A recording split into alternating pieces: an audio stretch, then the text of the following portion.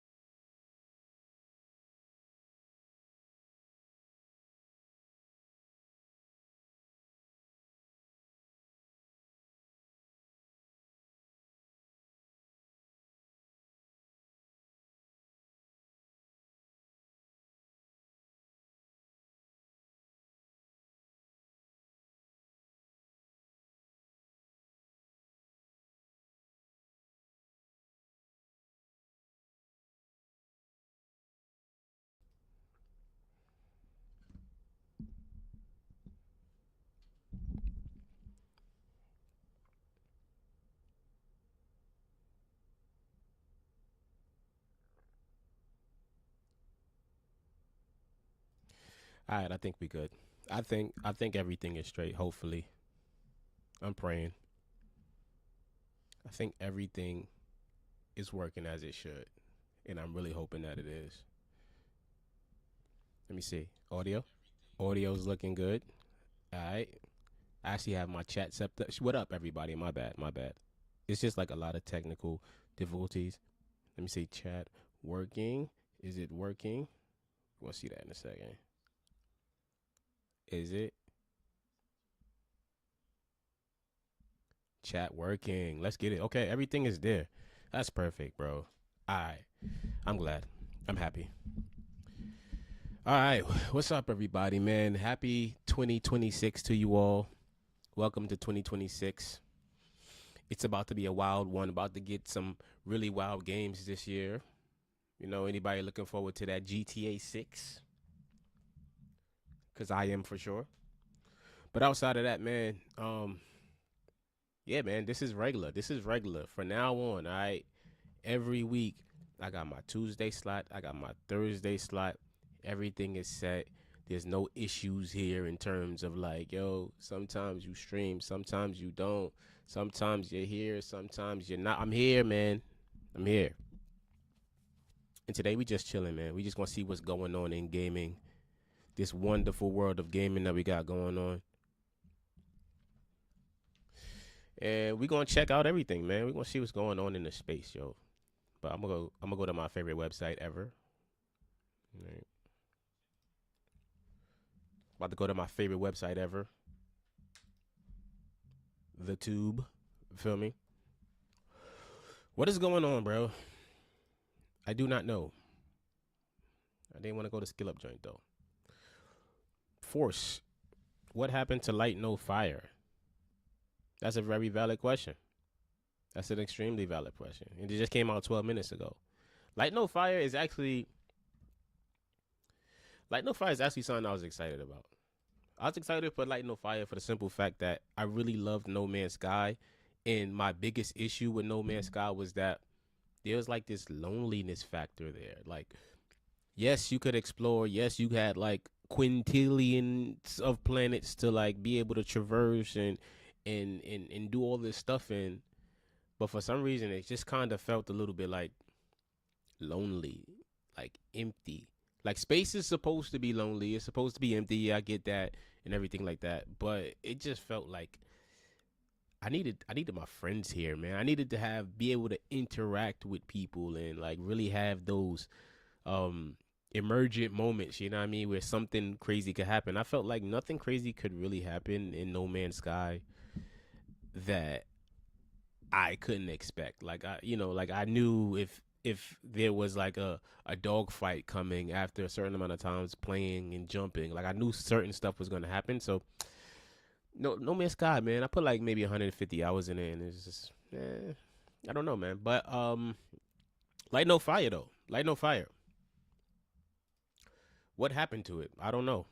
They spoke about it. I forgot when, but announcement trailer gave us a little tease of Hello Games' next big ambitious project. And from what we saw at the time, the game looked far along enough that I'll say, at least personally, I thought it could be launching at some point in the next couple of years or something. And yet here we are 25 months later, and we have gotten mere morsels of additional information. In fact, they have not even yet said what year they are planning on launching this game. So what exactly is going on with Light No Fire, huh? Well, I think at least part of the answer lies in Hello Games' main communicator, Sean Murray. As you likely recall, in the lead up to the release of No Man's Sky, he said a lot of different things that set expectations which were ultimately not met when their space exploration game first released. Now, in the 9 years since, they have pumped out kind of an unbelievable number of entirely free updates, which have now cemented No Man's Sky as one of the best supported, long-lasting live service games on the market. Nevertheless, though, the launch was a bit of a disaster, much of which due to overselling and under delivering, a mistake that I have to assume they are not looking to repeat again. They're not gonna repeat that. They're not gonna repeat that. That's not happening again. Like I think that's part of the reason why they're having like this delay and it's like radio silence right now. They're not gonna repeat what they did before. That's a fact. Like we're not gonna expect that to happen.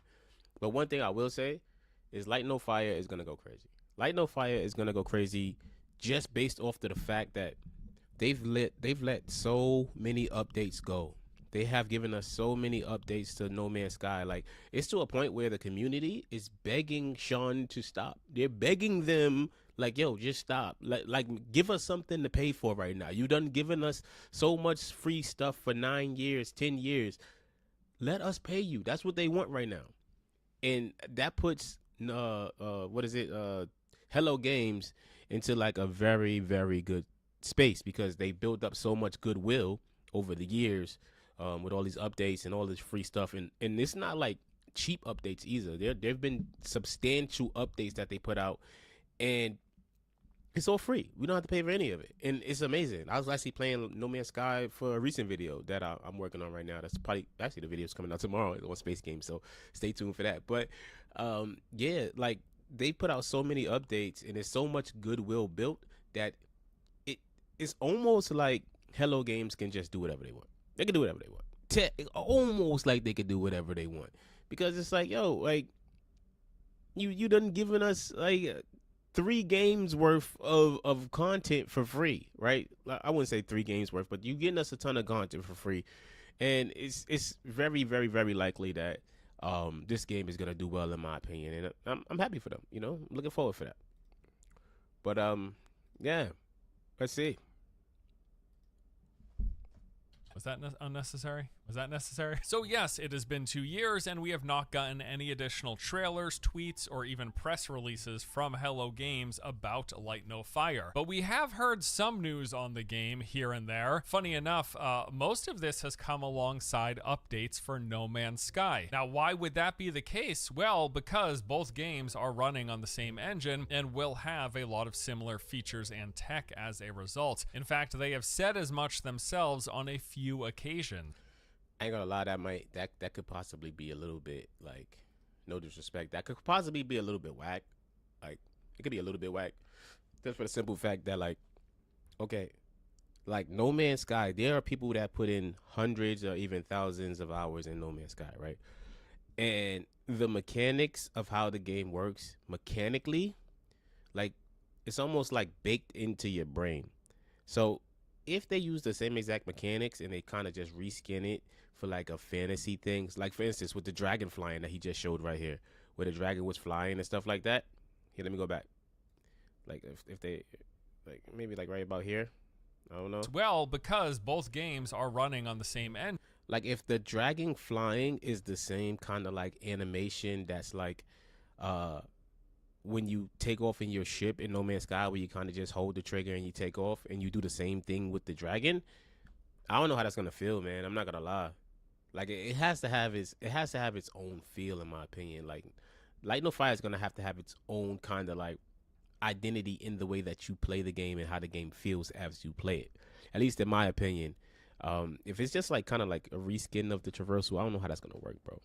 Because even the world itself, kind of like, it looks beautiful, and it looks just actually a little bit more photorealistic than No Man's Sky does. But look at these clouds, look at this background area over here with the mountains and stuff. Like, this looks really good, and that part is great.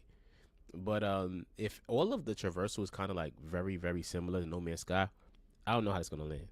For me personally, because it's like, man, I played a lot of No Man's Sky and I like how it works, but I kind of want a little bit of different mechanics when it comes to those things. But just personal gripes, personal things. Engine, and will have a lot of similar features and tech as a result. In fact, they have said as much themselves on a few occasions, stating that No Man's Sky updates are acting as a testing bed for things that they are working on in Light No Fire. In fact, in July of 2024, in the Worlds Part 1 update, Sean said, 6 months ago, we announced Light No Fire. It's this crazy, ambitious game, and we've been working on it for years, and we've learned so many things, and it feels like we're almost bringing this technology back from the future. Along similar lines, just last January in a deep dive for the Worlds Part 2 update, he said, we're extremely busy on Light No Fire. Each time we push our engine to new places, though, we have this urge to share it with the community, with No Man's Sky. Or in other words, while working on Light No Fire, they've made a lot of advancements in their tech, and they are looking then to go back and put those into No Man's Sky. In fact, not too long ago, they explicitly highlighted one specific example. And then on our other game, Light No Fire, you have these real oceans to navigate. The game looks good, bro. I'm not gonna lie. Light No Fire looks good. I think that it's gonna end up being kind of like something like an explorer's dream. Like if you really are into exploration in games, if you're really into like traversing and just finding new and interesting things, I feel like this is gonna be that. Like this is gonna be not the space version of that, but this is gonna be a planet version of that, and I think that's really interesting. And I understand also that they're putting this off for a little while because these things are really tough to make. Like they're making one planet. They're not making 1,000. They're not making a quintillion. They're making one planet. And you have to understand the amount of stuff that you're going to have to put on that planet to keep it interesting. Like, you're gonna have to put a ton of stuff on that planet to keep it interesting. You can't just make a planet and procedurally generate stuff. I don't think they're doing that here. I think they're putting enough stuff on a planet to make it interesting for a very long time, because it's only one. We're only on one planet, and he said it's Earth-sized. The planet is Earth-sized in scale. So recreating the Earth, that's not an easy task. I don't know how they're gonna go about that. I'm no techie. I don't know the whole jazz when it comes to game development and stuff like that. I don't know how they're gonna accomplish that, but I do think that it's really ambitious, and I'm really hoping that it turns out exactly how we expect, because the game itself, it looks really good, man. It looks really clean. We need boats and crews, and this tech is being developed for both games. Now, these examples are the only things that they have explicitly highlighted as being shared across both games, but I'm pretty certain there are many others as well. So I kind of wanted to take a look at the past couple of years of No Man's Sky updates and see what of those things could be applicable and how that might look in Light No Fire. Before we jump into that though, just as a baseline, here's what we know thus far about Light No Fire. So it's going to be an open world fantasy multiplayer survival game, and the big pitch here is that the entire thing is set on one massive Earth-sized planet, a single space that will be shared by everyone. Officially, their pitch for this game is that Light No Fire is a game. How are they gonna deal with trolls, bro? How are they gonna deal with that? Because this is one shared planet, right? Like, how are they gonna deal with like people that are just gonna troll? Like you know, like for instance, like I can already see somebody going on top of a mountain and painting some unsightly stuff. Like, how are they gonna really keep the world authentic with all the people that's gonna be in the game and just try to do like crazy stuff? Because we're all sharing this world, right? Like, what is that gonna mean?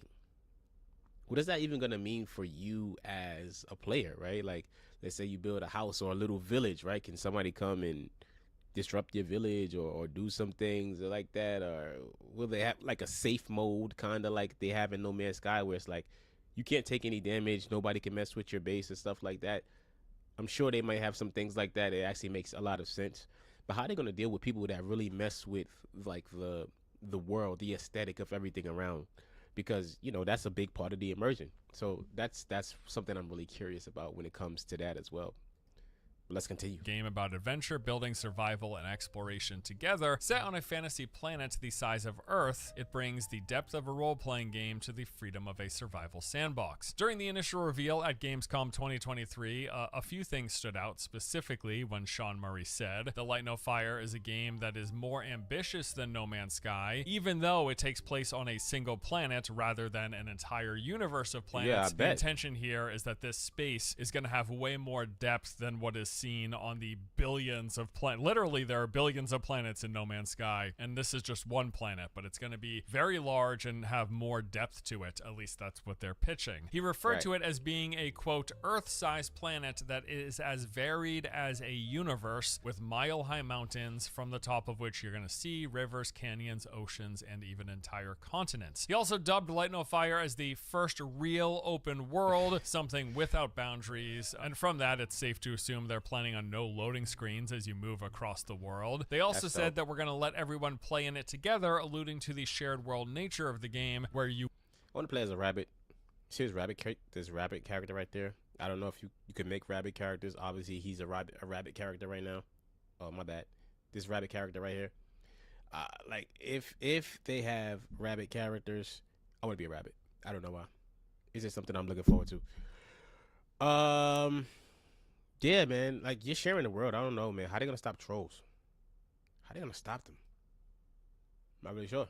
You will see other people running around. Now, as of the game's announcement, it had been in development for 5 years, it was said, which now means the game has been in development for going on 7+ years at this point. Now, from the Steam page, we learn a few things. They talk about the multiplayer Earth. They say you're going to meet players from across the globe, build a life, explore and survive together, constructing persistent buildings and communities, or striking out alone to discover the world for others. It is a procedurally made Earth, a truly open world with no boundaries at a scale never ever attempted before. A massively varied and dense planet filled with immersive biomes, unique enemies, and valuable resources. It's also got that fantasy theming to it. Light No Fire presents you with this ancient Earth to uncover, one where you are not the hero, thick with lore, mystery, and a constant fight for survival, inspired by the adventure, charm, and imagination that we love from classical fantasy. And then finally, it is an unexplored Earth. Every mountain can be climbed, and below them will lie endless vistas, oceans, and continents perhaps no others have seen. You'll set sail across vast oceans and rivers, or ride wild beasts through fantastical landscapes, and even fly dragons in the sky. Now, beyond that, in the announcement trailer, we got some brief glimpses of various systems. They are promising a lot. I'm not gonna lie. They are promising.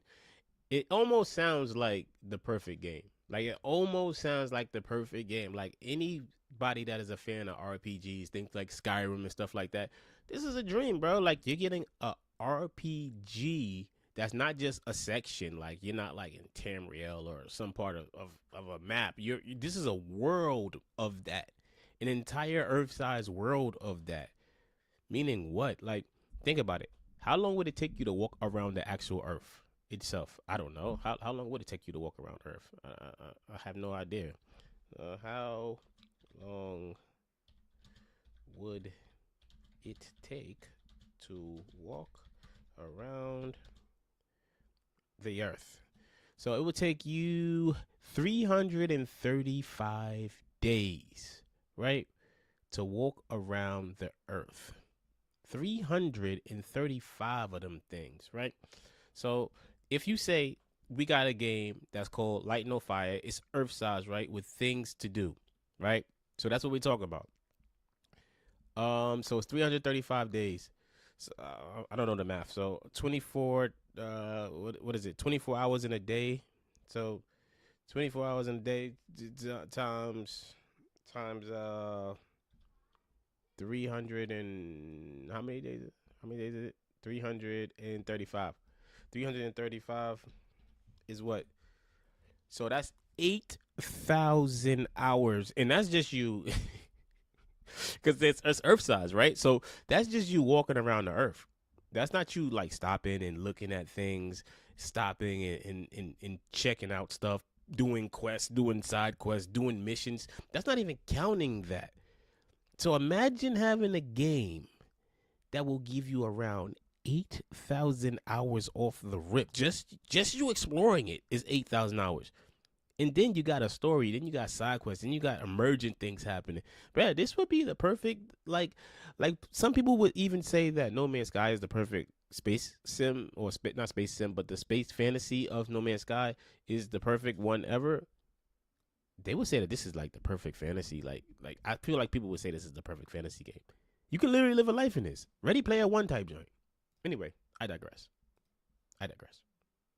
Mechanics and features. The ones that stand out most clearly, there's resource gathering and base building. You've got melee and range combat. We've seen a few short clips of that. Also, magic seems incredibly likely. We do see a few characters with staffs. Besides them showcasing the flying mounts, we also see other forms of transportation, like with gliders, land mounts, and boats. We see a few different biome types. There's some underwater gameplay with characters swimming, various playable races, including not only humans, but other variety of animals like rabbits, fox, bear, yeah, I'm trying to play as a rabbit, bro. More. And then we also see different enemy types, including things like skeletons and massive crabs. As for the multiplayer, well, in the trailer alone, we see what look to be parties of at least 4, with at a few points as many as 10 different characters in frame at a time. Specifically in the scene where the group is walking up into this temple-looking thing, there's a lot of characters there. Really we also know that they could potentially support up to 32 players in a single space. That is at least the current cap for the multiplayer locations in No Man's Sky. And we've had hints that the multiplayer could be at an even larger scale than this. On a news post discussing the game's reveal, it was said, "As a kid, we always loved the maps at the start of great fantasy books. Earthsea, Narnia, Middle-earth, Westeros, whole worlds, and this is their fantasy planet, a single planet that they're going to let everyone play on together to explore and adventure." Okay, so again, that is the baseline of the things that have sort of been explicitly stated or shown about Light No Fire. Right. But now I want to take a look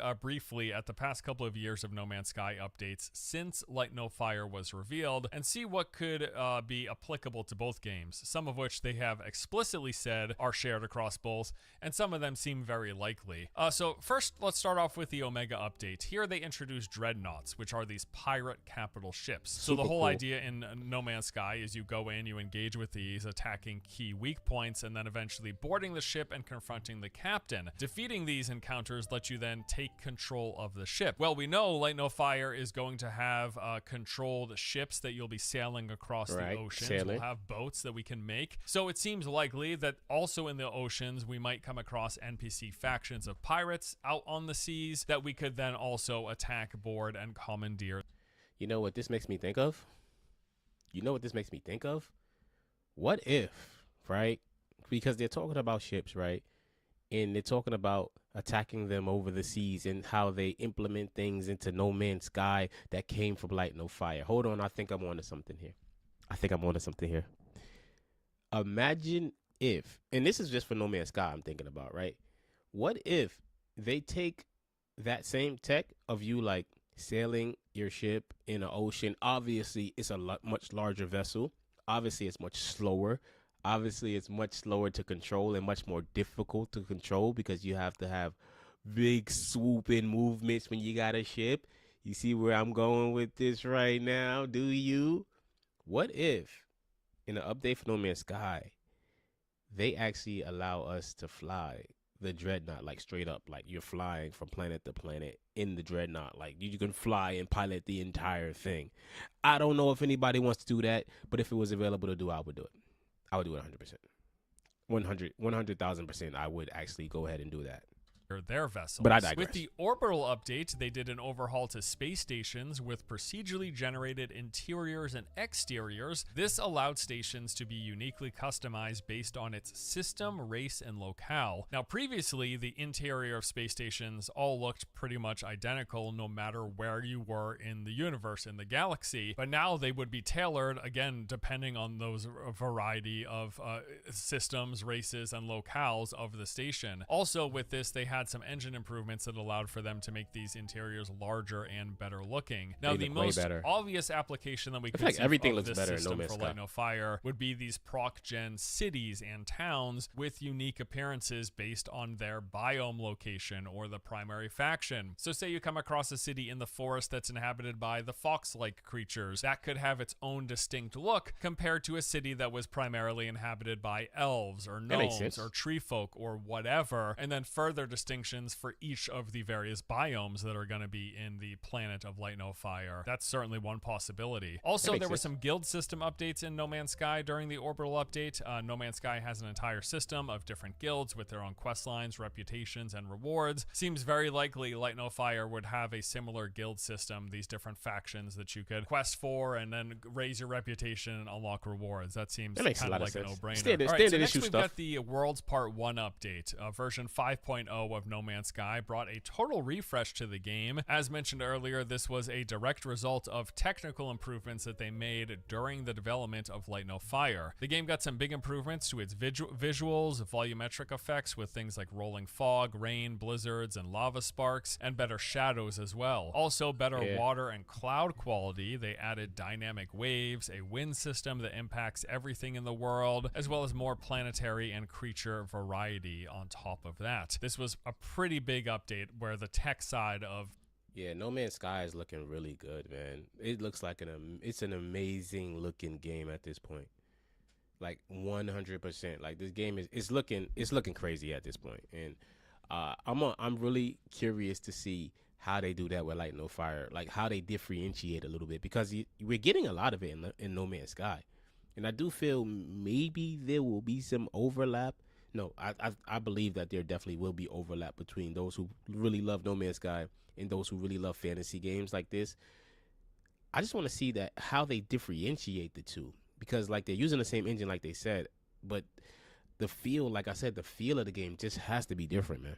the improvements they've made to Light No Fire kind of made their way back into No Man's Sky. So you can take a look at these things and see the sort of visual quality that we are likely going to expect in Light No Fire. The Aquarius update brought fishing to the game with a variety of fish to collect. There are also fishing traps, messages in a bottle that you could fish up, new cooking recipes, fishing skiffs, rare rods, and diving suits. I mean, yeah, they'll be fishing in Light No Fire, but what a shocker, right? The Worlds Part 2 update came with another big round of visual and technical improvements. This brought a big lighting overhaul, the introduction of gas giants, more varied terrains, deeper oceans, more dynamic water, and better reflections, on top of new weather hazards and additional buffs. I was wondering why, like, when I'm looking at this right now, it looks so crispy, it looks so good, and I'm like, why does mine not look this good? Like, mine's look great, trust me, it's amazing, but I'm like, why does mine not look as fire as this? But I'm realizing I'm playing on Xbox Series S and I'm not playing like on my PC, which I probably should to get the best experience. But biomes. Once more, big visual improvements that they made through the development of Light No Fire made their way back into No Man's Sky. During the Relics update, they introduced an archaeology system where you would unearth these unique bones, assemble skeletons, and then put them on display in your own museums. Could see something along those lines as well in Light No Fire. The Beacon update came with overhauled settlements, which are essentially these planetary towns that you can manage. They also added a bunch of new management decisions, building upgrades, infestations, and new base parts. Could imagine a system of town management that players could engage with in Light No Fire. And then finally, most recently, we had the Voyagers update. This is where they added habitable multi-crew starships assembled from... That was like the best update ever on No Man's Sky, bro. That update, I'm not gonna lie, they really took it to the next level, because that's something that the No Man's Sky community has been asking for a very long time. Ship customization, ship customization, ship customization. And we couldn't do it with our small ships, but they gave us something even better, man. Those Corvettes, man.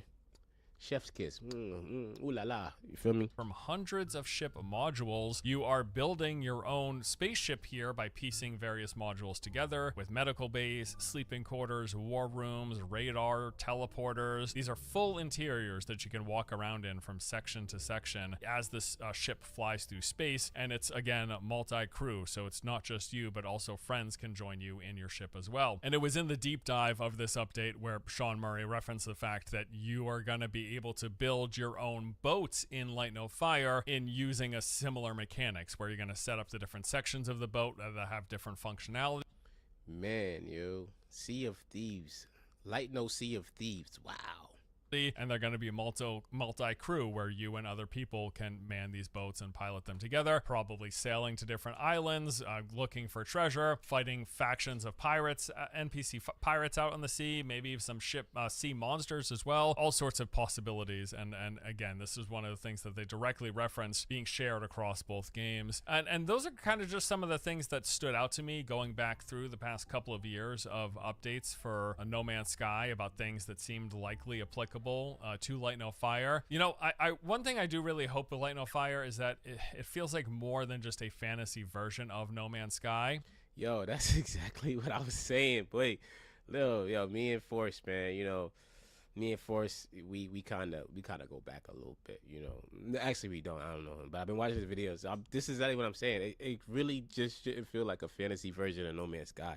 And the thing that's going to differentiate it, like I said, is the idea that it has to feel like something different. It can have the same look, it can have like the same vibe, whatever, but it has to feel different. Like, if I gotta hold the trigger, right, just for the dragon to take off, I'm gonna be like, all right, bro, come on, yo. Like, y'all can't do that. Like, if I gotta just hold the same right trigger and then the dragon starts flying, I'm gonna be tight. I'm not gonna lie. So hopefully they really grasp their own identity with this and try to you know, make it somewhat different from what we got going on right now. Even though they have been direct in saying that there's going to be a lot of shared DNA between these two games, if they can make them look and feel distinct enough is kind of my biggest hope. That's what I'm really wanting. Outside of that, I mean, this one massive, seamless, shared planet that everyone who plays Light No Fire is going to be inhabiting and sharing. I mean, the biggest difference is that you're just going to be on one planet. So that's going to be a different vibe right there. The second difference is that Now the planet that you're on is gonna be so jam packed and allegedly so dense that like you're gonna have this endless adventures. Like that's what it seems like. Something that's gonna have endless amounts of adventures going on. So we'll see, man. Together sounds really interesting, and it's really the scale of things on a single planet that has my kind of brain going as to the different possibilities, and it just could be really interesting and fun. And I imagine they talk about mile-high mountains, and you can imagine different points of interest, cities, enemy camps, and strongholds that you could go within. But even more than that, I'm wondering what the enemies will be. That's another thing that we have to really think about here, right? Because excuse me, we don't need to have like the standard issue enemies, right? Like the skeletons that we seen earlier in the video, just like the crab. Nah, we need to have like some type of like overarching force or thing, something going on. It just can't be like skeletons that come at night and you know what I'm saying? Like we need something that's overarching the entire world because it's one world. And we need to implement that for sure. At least that's how I feel about the whole thing. imagine deep, sort of like a Lord of the Rings style deep mine system with caverns and all these underground terrains and layers. I think the unknown and the potential for something like this is part of the big excitement. That on top of the fact that No Man's Sky has been getting continuous updates over the years and really established itself as a well-supported a live service game, has a dedicated fan base. I mean, there's definitely a lot of potential. The other big thing that I'm really keeping my fingers crossed when it comes to Light No Fire is improvements to combat, because it's really interesting exploring and going around the world of No Man's Sky, but engaging in its combat is probably one of its weakest points. So yeah, it's kind of easy. I'm not gonna lie. You cook everything, but No Man's Sky is not.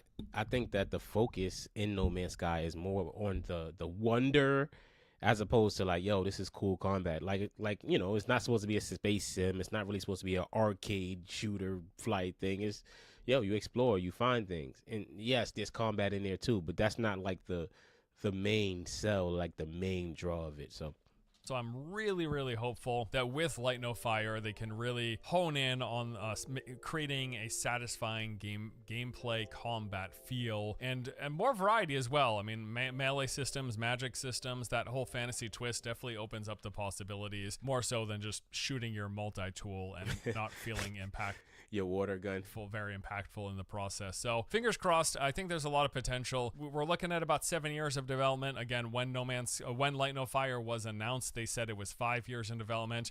It's been 2 years since then, so we're now 7 years deep. I have to imagine they're getting close to the finish line, and I figure 2026, I probably would have said the same thing about 2025, but I have to imagine now, pushing 7+ years of development, that we're going to be hearing more in 2026, and maybe getting a release date.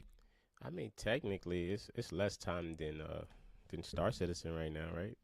Star Citizen is like 13 years or something like that. I was playing Star Citizen last night though, bro. Like aside from this, like you can say what you want about Star Citizen. I was playing Star Citizen last night. I'm gonna be completely honest with you. Like, all right, fine, get the stuff out the way. Does Star Citizen have like the bugs that people talk? Yup. Has it? Does it do all the crap? Yup. But yo, that game is fire. And like my next video that I'm dropping tomorrow is like the perfect space game, right? And I feel like out of all the companies that make space games, I'm talking about like Hello Games or No Man's Sky, I'm talking about Bethesda, even with Starfield, X4, all that, right? I feel like Cloud Imperium, they come so close, bro. It's just so close to being the perfect space game. Like, you feel it when you play Star Citizen. It's like, man, yo, this is vast. This universe is big. There's a lot to do. At first, granted, like I don't have a ton of hours inside of Star Citizen right now, but at first, when you first get into Star Citizen, it feels like, bro, there's so much to do. It's overwhelming, and there is a learning curve, and it doesn't even hold your hand, because I did the tutorial, and even in the tutorial, I kind of got lost and crashed my ship and stuff like that. But Star Citizen is gas, boy. Star Citizen is kind of gas. But yeah, man, I think that's all from Force, though. I do believe that's all. Although, I don't know. I'm not going to count on a 2026 release, but it would be nice. Either way, looking forward to hearing and seeing more. This game is certainly on my radar, and can't wait to actually get our hands on it and play it.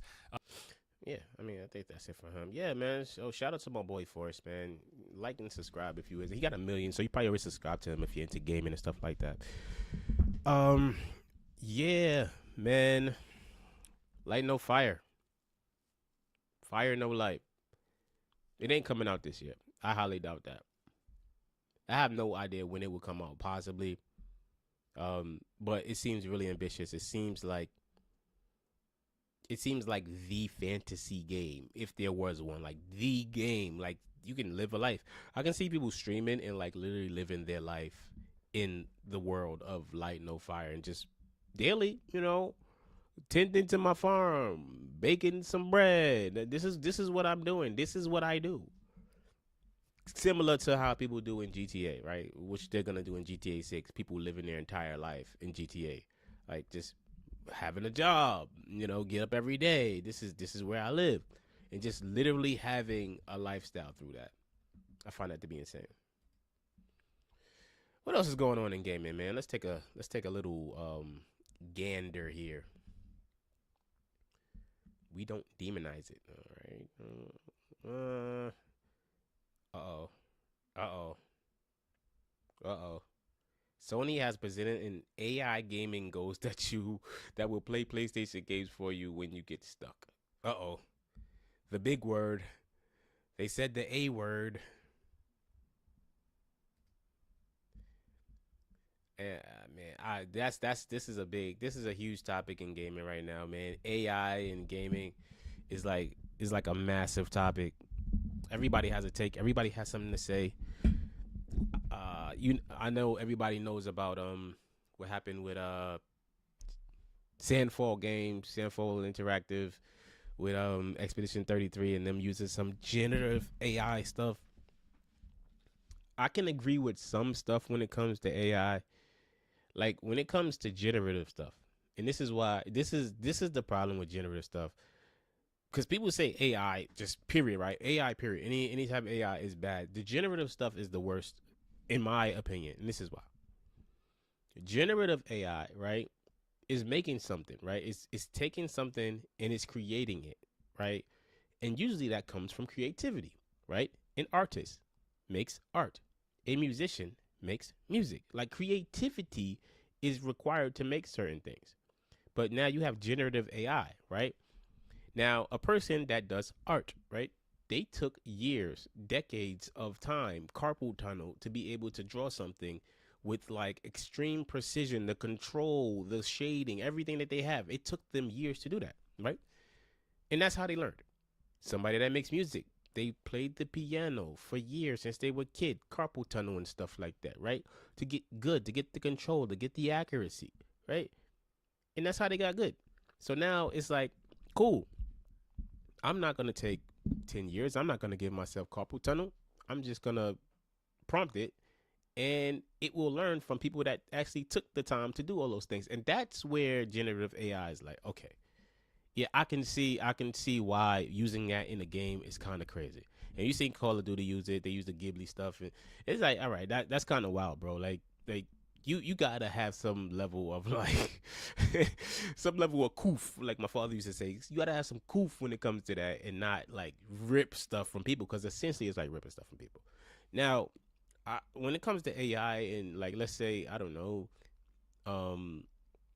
to productivity stuff, right? Like, use AI to schedule to help the developers, the coders develop more efficiently, because I don't know, like, right, it makes things efficient for them to continue to do their job, their creative jobs. That's a different situation than generative stuff. But AI, they're talking about this right now.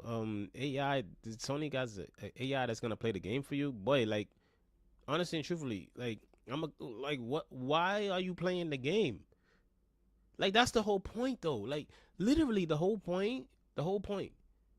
Like, when you're playing the game and you get stuck, is to be stuck and then figure it out. That's the rewarding part. So if you get stuck and then the AI just gets you unstuck, it's like, why are you playing for it? That's literally. I'm not gonna lie to you. This may sound crazy. Literally, the best part of a game is probably the part where you don't know what you're doing and when you're stuck. Because think about any game. Think about any game that you ever played. Any game that you ever mastered. The game where you got all the money. You got billions, right? You got everything. You could buy every single item in the game. You have everything. Tell me how boring that is. How long did you continue to play that game where you have every single thing? You there's nothing that you could want in the game. How fun is that game? It's pretty boring, right? So that's literally the best part of every game, when you just getting cooked. You don't know what's going on. You can't win, and you got to figure out how to win.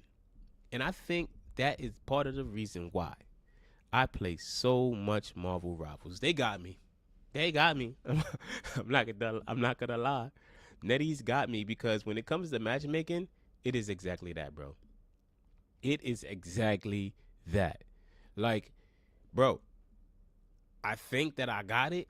I think that I'm good. Like, yo, I know my character. I loaded my character. I know all of the mechanics. I know how the cooldowns work. I got it all mastered and all figured out. But for some reason, I just can't win. And yeah, you could blame your teammates and stuff like that, whatever. But I feel like even that is part of a learning curve, right? Like, I can't win. I feel like my teammates is whack, so I got to carry. Okay, cool. I got to carry. That's fine. I'm going to carry. But now I got to figure out how to effectively carry each and every time I feel like my team is just not doing it. And every single team, every single situation is different, because it's like, maybe I can run DPS, right? And I'm like, yeah, I can carry in DPS, or maybe the heals is whack. So maybe let me switch the heals. And you got to find a different way to carry each and every time. Every game is different. And that's why I play so much of Marvel Rivals. I think I played like over 1,000 hours of that game. But anyway, AI in gaming. Yeah, let's take a look at what we got going on here, right? So it says, a patent filed by Sony over a year ago has resurfaced, and it shows the company has ideas for an AI ghost that could assist players if they get stuck in the game. Boy, that is literally the best part of the game, is being stuck, man. I don't know. The aforementioned patent, which was recently noticed by All About AI and VGC, describes an overlay version of a player's character. When in use, this overlay character will be able to demonstrate actions such as how to solve a puzzle, or by providing example controller input sequences, which would in turn allow a player to then progress within the game. So you mean to tell me, right? So you mean to tell me, like, as a game developer, as somebody that makes a game, right? You saying, okay, we're making this game. We want to make it challenging. We want to challenge these players and make them feel like, hey, this is tough. This is something to figure out. FromSoft does it with Elden Ring. We're gonna make this boss's attack patterns so crazy they can't think of it, right? So, you know, like, imagine that. Imagine FromSoft saying, we're gonna make the most sweatiest Elden Ring you ever thought of, bro. You can't win. Like, you can't win, right? Like, they said, you know what? This is the new FromSoft game. You're not gonna win nothing. Like, that's what they said, that, right? We're gonna make the toughest game ever. And that's the point. Obviously, people are gonna understand stuff. That's what we do as humans. We adapt, we evolve, we figure things out. So they're gonna make the toughest Elden Ring game, and those people that can actually take the time, learn the attack patterns, and beat the boss, they're gonna feel rewarded, right? But then imagine if they took all the time to do that, and then somebody just puts the AI ghost over their character, and then the character just kind of beats the boss, and it's like, then what was the point of all that effort? What was the point of all that time? What was the point of even making the game? What was the point of playing it? Like, the point is to be challenged and have a challenge and spend some time engaging with that challenge. That is the point. So if you take the point out, then it's like, why are you playing the game, boy? Like, why? Anyway, in some cases, an AI ghost could also have a conversation with the player's character and give some guidance or instruction about what to do. Other times, the ghost could complete a section for the player. It sounds like an evolution of PlayStation's Game Help on PS5, which offers users tips and guides via videos and images on screen. An image within the patent also describes the mode switching, which would encapsulate 4 different options for the users to be able to choose from. These are story mode, combat mode, exploration mode, in full game mode. Although the video game technology has seen many advances, some players find themselves in need of assistance. Games become very complicated, so players who are not experts oftentimes quit playing or find it hard to complete tasks. The filing reads. Players are able to do research for the game or even look up prior gameplays on internet sites, but that process is time consuming and many times not very relevant to the tasks or scenarios currently being encountered by the player. GG's. All the YouTubers that make tutorials, they saying, listen, it takes time for people to go and look up a guide on how to be the boss. GG's, it's over for you. GG. They're cooking you. If you make a guide, the AI is gonna just wipe guides out. Now they're not even gonna need guides anymore. They're just gonna like generate it or something like that. GG's. Yeah, I don't know, man. I just look at stuff like this and it just really makes me wonder, like, what was the point of playing a game if you're gonna let an AI beat the game for you, beat the boss for you, complete the puzzle for you? It's like that's the whole point. Like, that's the whole point. Dude, what are you gonna like? You better off watching TV or something, right? It's just the whole point. I don't know, man. It defeats the purpose. I mean, at least this is a patent, right? Oh, and they got like a tree, action tree, ghost assistant game. Like, yeah, they got a whole tree here. Yeah, wow. So you can choose your level of help from it. Interesting stuff here. Player input, automated input, mode setting switch. Yeah, yo, they really have a tree of how this would work. This is patented. Now,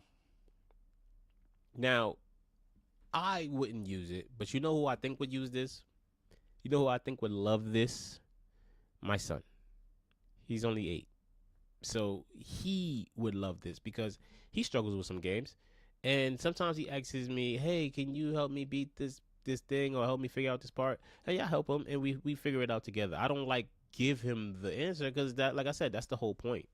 Like, the whole point of it is to, oh, look, and they got a guy with his son here. See? Yeah, see, that's the whole point. The point is to be able to say, hey, you know what, man? You know what, little guy? Figure it out on your own.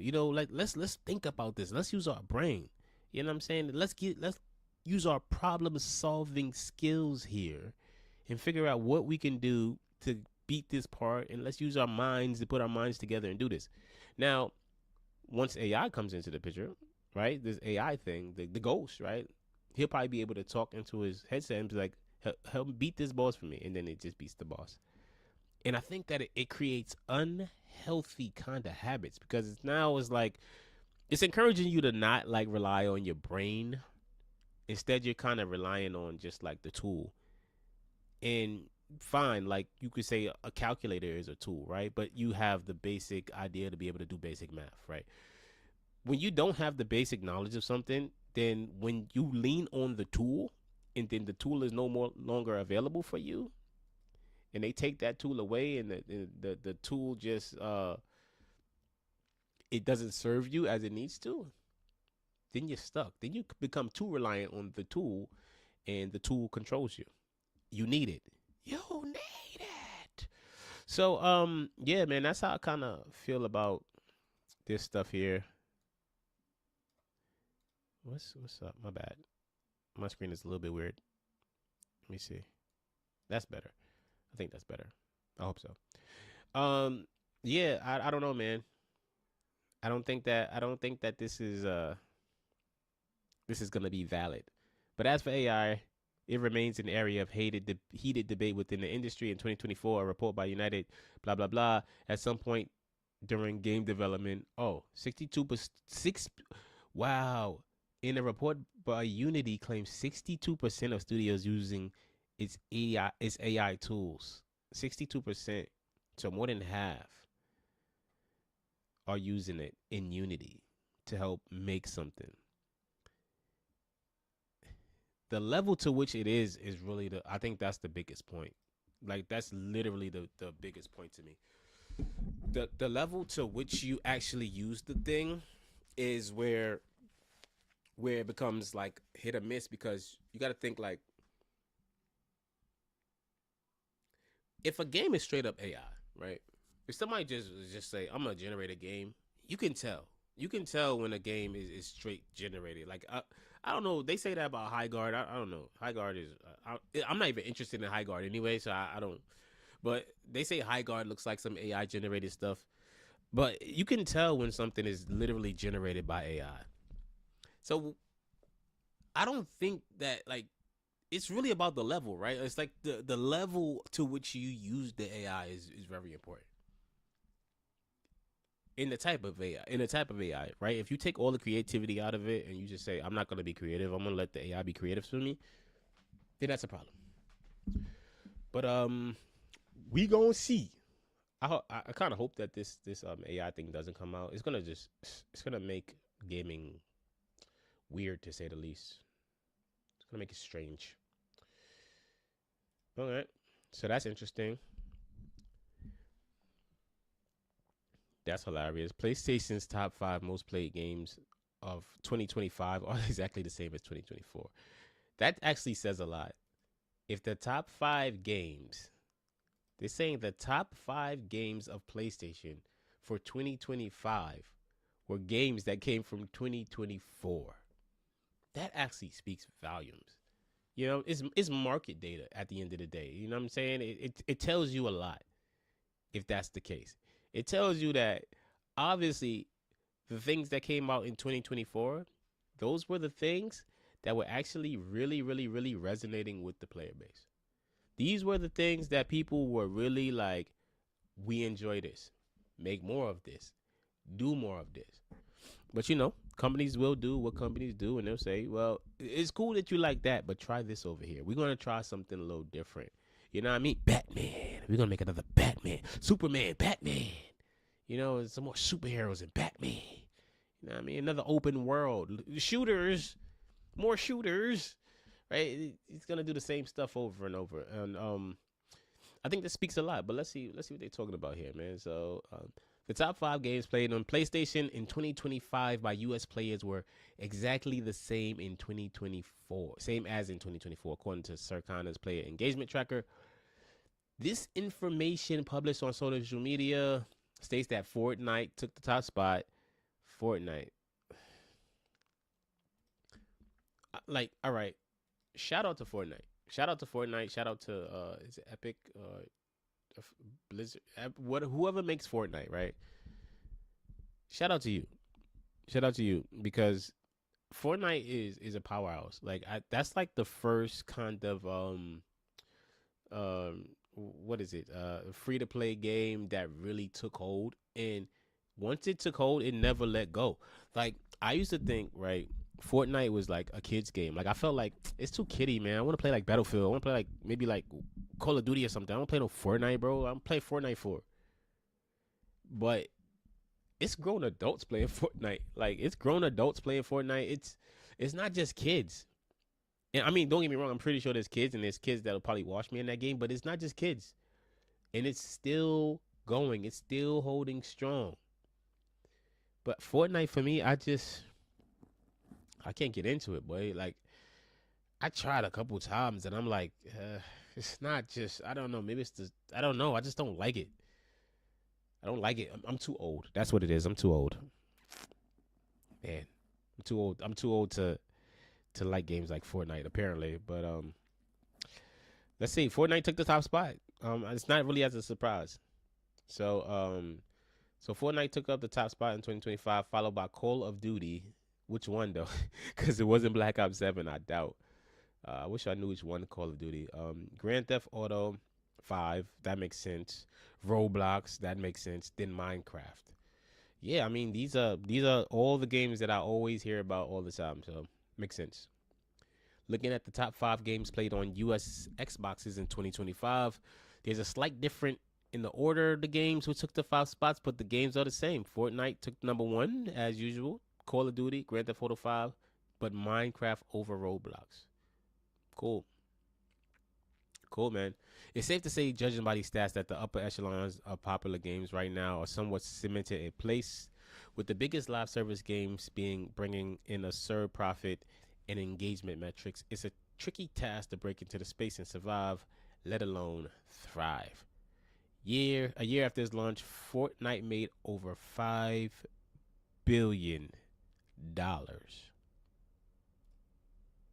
Fortnite made $5 billion after the first year.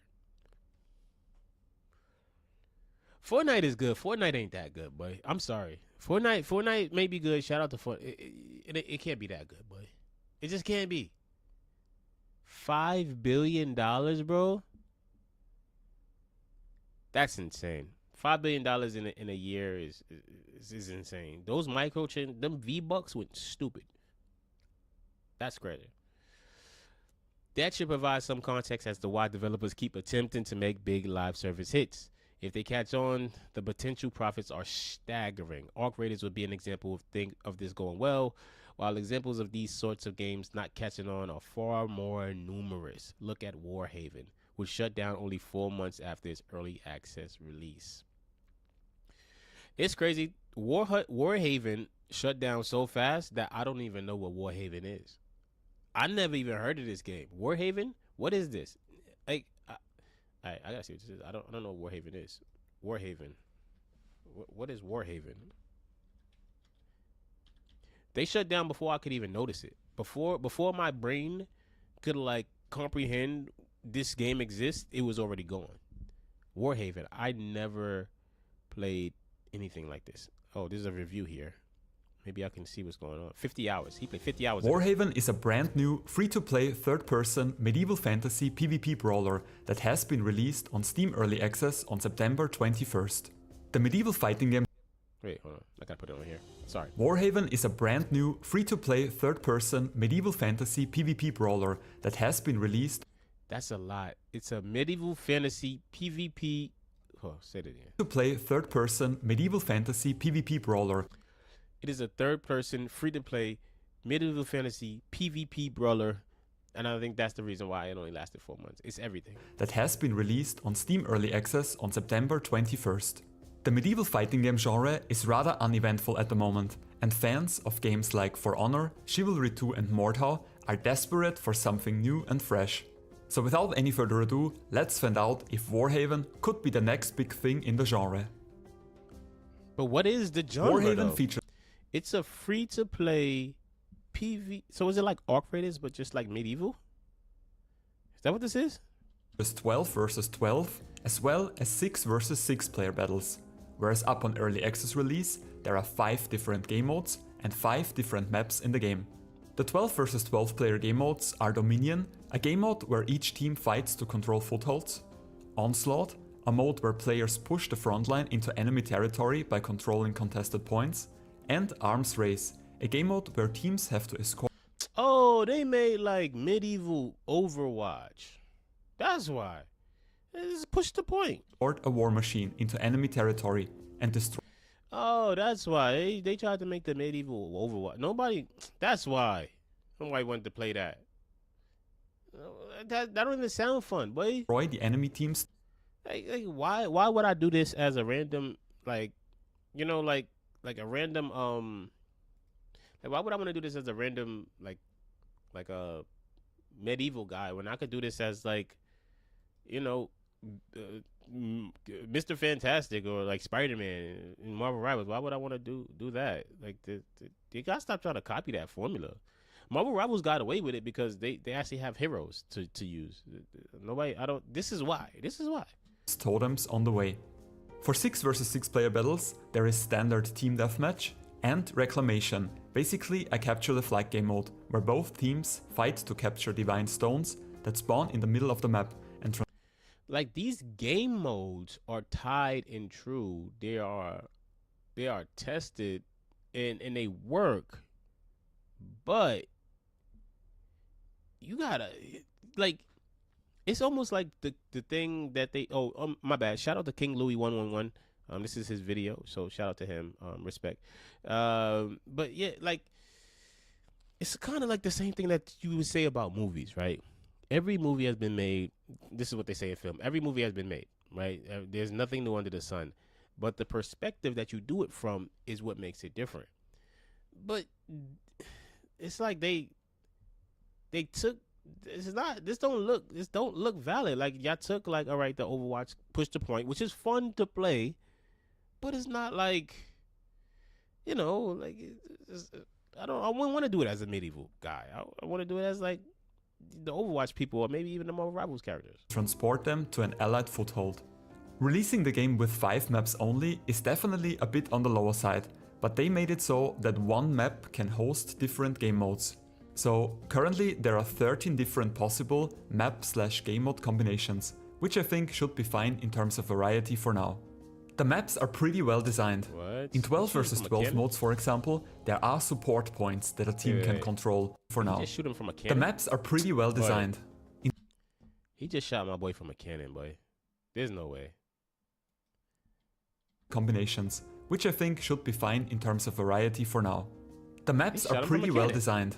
In 12 Okay. versus 12 modes, for example, there are support points that a team can control, like big cannons or closer respawn points. This gives room for tactical considerations, and you have to assess, is it better to fight for the cannon spot or any other place that makes it easier to hold or advance the main objective, or is it more effective to focus on the main objective directly? Most melee games from the past lack these tactical elements almost completely. However, nearly all of the most successful multiplayer games have some sort of tactical elements to them, and I hope the melee genre can learn from that and implement more strategy elements into their games. To push this strategic element, I will give it that. That's actually interesting, where you have like turrets that you can like man and capture and get an advantage. I think that's actually kind of cool. That's a cool aspect of it. I'll give it that. even more, in Warhaven, each team is split into squads of 3 players. Squad members can easily communicate with each other, they can resurrect each other, you can respawn next to them, and there are certain perks in the game that make your character a bit stronger if you're next to a squad member. I think the whole squad member mechanic sounds better in theory than it works out in practice though. Maybe you could get more out of it with pre-made parties, but with randoms, I found that there is rarely any effort to stick together and exploit the squad mechanics. Anyways, besides these casual modes, Warhaven will also feature a ranked mode somewhere in the near future. When or what exactly this ranked mode will look like, that we don't know yet, but I think a 5v5 or 6v6 team objective mode would be the best fit for that. Warhaven features a class system, with currently 6 different classes to choose from. Classes have different stats, weapons and skills, and play quite differently from each other. First of all, there is Blade, your cookie-cutter knight with a greatsword. I think they expected a lot more, like, I guess, reception and a lot more money from this than they actually got. So that's why it just kind of didn't work out. And that's why I shut down 4 months after the early access, which is crazy. I mean, it does have some unique elements, though. Like I said, like the tactical elements that they were talking about, how you can, like, man a turret and take a turret and stuff like that. I find that interesting. I find that really interesting. But the game just looks like, I don't know, bro. It looks like it's, I don't know, man. It's the great value version of, like, fun.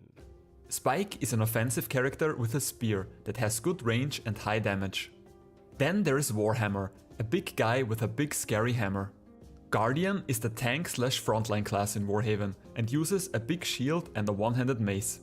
Then I think they chose, and this is my opinion, I think they chose the wrong niche or the wrong aesthetic. Like medieval stuff is very, very it's acquired taste. It's certain people like it, some people don't, but it's not like as widespread. Like if they made cyberpunk, like something like your androids or something like that, something that's cooler or more widely admired, then maybe they would have had a better shot, because medieval stuff is like it's for certain people. Like not everybody likes it. Like for instance, like even Kingdom Come Deliverance 2, amazing game, right? Like outstanding game.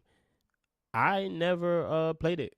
I played the first one a little bit, but it's just not. I'm tired of medieval stuff. Like I don't know. Like it just doesn't grasp me as much. So I think they probably chose the wrong lane with this because it does have some interesting stuff to it. And we have Hush, another mobile offensive character with a blade. And lastly, Smoke, a slippery support character with a staff that can heal allies. Besides those 6 base classes, there are also 4 Immortals.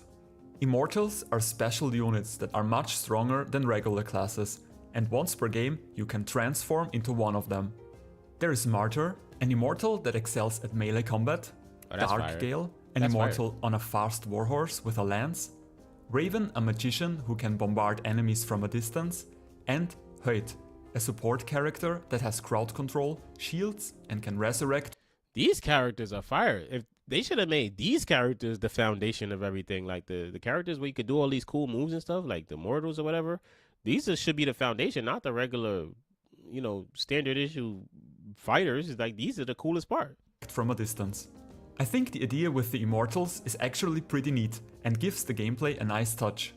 During the beta playtests, there was actually an Immortal meter that filled up by dealing damage to enemies, and every time it was full you could transform.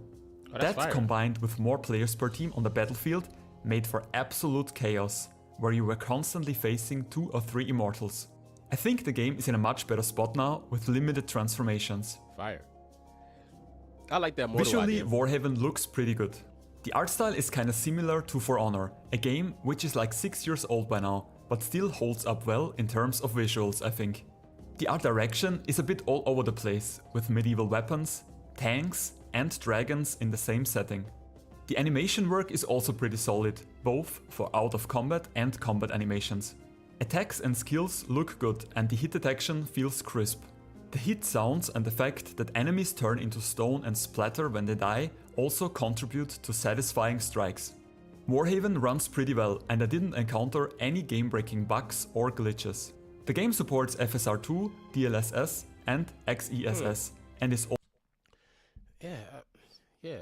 it's like, it's I don't know, man. The game looks like a game that they made, but it just really fell on deaf ears, man. I think that's really what happened. Like, people really didn't gravitate to it, but I really think that it's the niche and the medieval stuff. At least I suppose. Like, I don't know if medieval is in right now, to be honest with you. Also fully compatible and verified for the Steam Deck. As a PvP melee brawler, having a good and satisfying combat system is crucial and makes or breaks the game. If I had to describe Warhaven combat in a few words, I would say it's somewhere in between hack and slash and medieval slasher. The game has free-flowing combat, so no lock-on system like For Honor. I'm actually a bit confused that so many people compare this game to For Honor, as these two games have basically nothing in common when it comes to melee combat. While having free-flowing combat, Warhaven, however, does not have directional attack inputs, nor does it have drags or feints. Alright, so how the hell do you hit someone then if there are no drags and feints, you might ask? Well, head-on encounters in Warhaven boil down to a rock, paper, scissors system, which goes as follows. Blocking beats attacking, attacking beats guard breaking, and guard breaking beats blocking. Now there's obviously a bit more to it and some exceptions to that. Spike, for example, doesn't have a guard break from neutral, but instead has an unblockable attack, so attack beats block in that case. Furthermore, like in most team-based melee games, the vast majority of damage is dealt by hitting preoccupied people in the back, so that hasn't really changed for this game. The combat is pretty arcadey and casual, even a bit more casual than Chivalry 2. Still, it has some depth to it. Nobody want to play no sweaty medieval. More than I initially expected. There is a riposte mechanic that prevents players from spamming attacks. There is also a mechanic that prevents players from holding their block forever. There are perfect blocks that preserve stamina and stagger the enemy.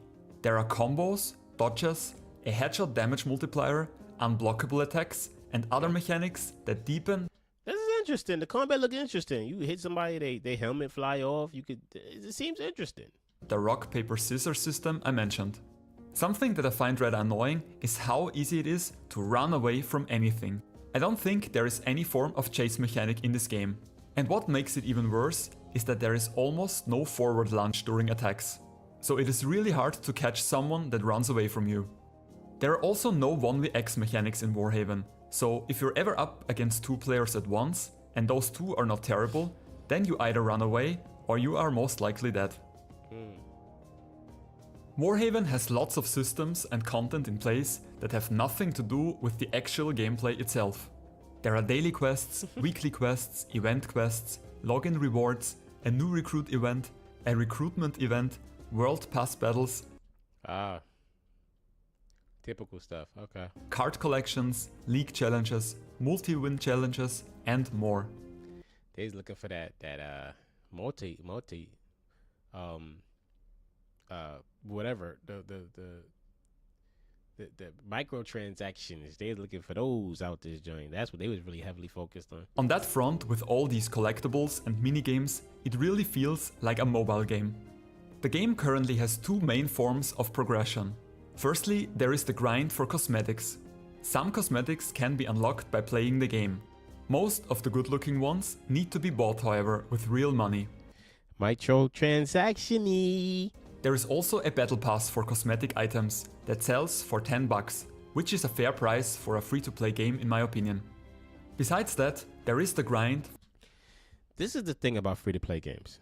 And this is something that I personally believe that a lot of studios, a lot of the big companies out there, this is something that they miss, in my opinion.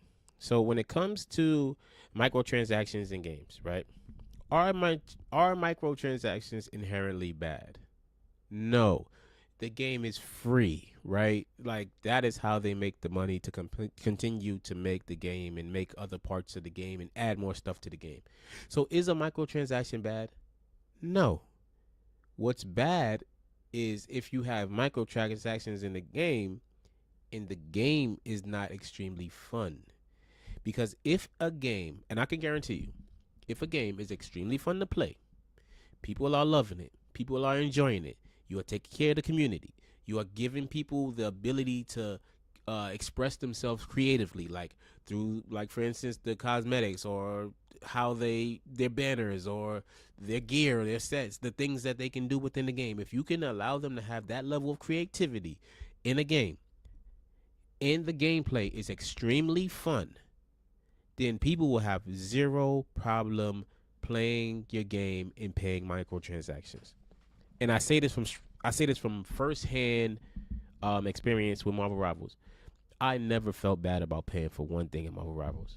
Like, I never felt bad about absolutely one purchase. There was not one purchase where I was like, I don't know why I spent $22. No, every purchase was like, nah, I need this. This is drippy. I need this. And it makes me feel good to get things out of Marvel Rivals. But if Marvel Rivals was straight garbage, it's not fun to play, it was broken, it was buggy, it was just messed up all the time, and it was frustrating to play. And then they put at the forefront, yo, buy our microtransactions. Everything is about buy our microtransactions. I'm not buying no microtransactions. I don't want to buy no microtransactions. It's not even fun to play. So fun first, take care of the community second or first, and then the microtransactions are just going to come. But it has to be fun. It has to be fun. It just has to be. It has to be fun to play. It has to be something that you can play with your friends and really promote, teamwork and being able to have fun with your friends. If you have all those things, your free to play game would do great. It would do absolutely amazing. But if you don't, then it's gonna be kind of trash for you. Like, nobody's gonna want to buy a microtransaction, especially if you got pay to win. But I think a lot of companies may have learned their lesson with that type of stuff. Anyway, let's see what the rest of this looks like. For unlocking perks that give different bonuses to your character. I don't really like permanent stat upgrades in round-based PvP games. I think everyone should be on even footing in these games. Now, the upgrades are not super big, so it's not straight up stat gains to a point where you can't win against someone that has better perks. But still, I wished these were more of a side grade than an upgrade, and the game would let you start with some default perks. As already mentioned, in the future there will also be ranked progression, so players can grind to climb the ranked ladder. So, is this game worth playing? Well, it obviously depends on what you're looking for. For many hardcore medieval slasher fans, Warhaven is probably a bit too casual and arcadey to enjoy long term. If you're looking for a casual melee game, however, without drags and feints, then this might be right up your alley. From a technical standpoint, the game is pretty good, I must say. It's also free to play with currently 0 pay to win mechanics in place. So yeah, all in all, a pretty good game for what it is, I would say. And because people might ask, I just want to make clear that this video is not sponsored and the opinions here are 100% my own. Guys, let me know in the comments what you think about Warhaven. Does it look good to you? Interesting. Yeah, but 4 months later, man. 4 months later, that joint was done. It's not the first time we've seen something like that. We've seen that with Concord as well. But interesting stuff. I never heard of that game prior to just hearing about it just now, so I found that extremely interesting. But it's looking like it's time for me to break out, man. I gotta bust a move. I gotta do other things. I gotta like edit my video that's coming out tomorrow. So if you're gonna watch my video, check it out. It's coming out tomorrow at 3 p.m. The space game, about the perfect space game out there, man. Get in the conversation. Come join me. You know, come chill out. Whether you're watching this right now, whether you're watching this later, thank you so much for chilling with me. Thank you so much for engaging and doing everything that people do to support YouTubers, man. It's been a dream. It's been a great time, and it's been a great day. So thank you so much, and I will see you all next time. Actually, I'll see you all on Thursday. All right.